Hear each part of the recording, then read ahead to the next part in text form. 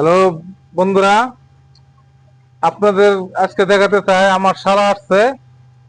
শালার সাথে কিছু আলোচনা করতেছে আমাদের কুরবানি বিষয়ে। তা কি তোমার সিদ্ধান্ত কি নিছো তুমি?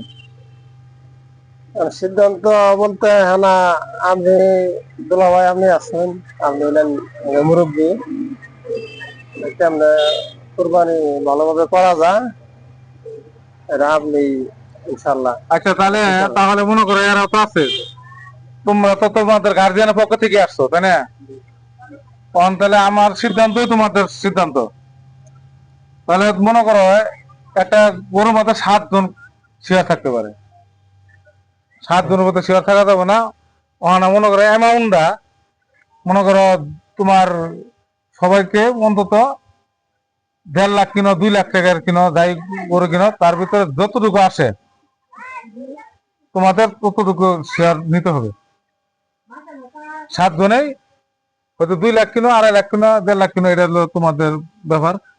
কিন্তু গরুটা কিনতে হবে সুন্দর। গরু, কোরবানির গরু মোটা তাজা সচ্ছল দেখে কিনতে হবে।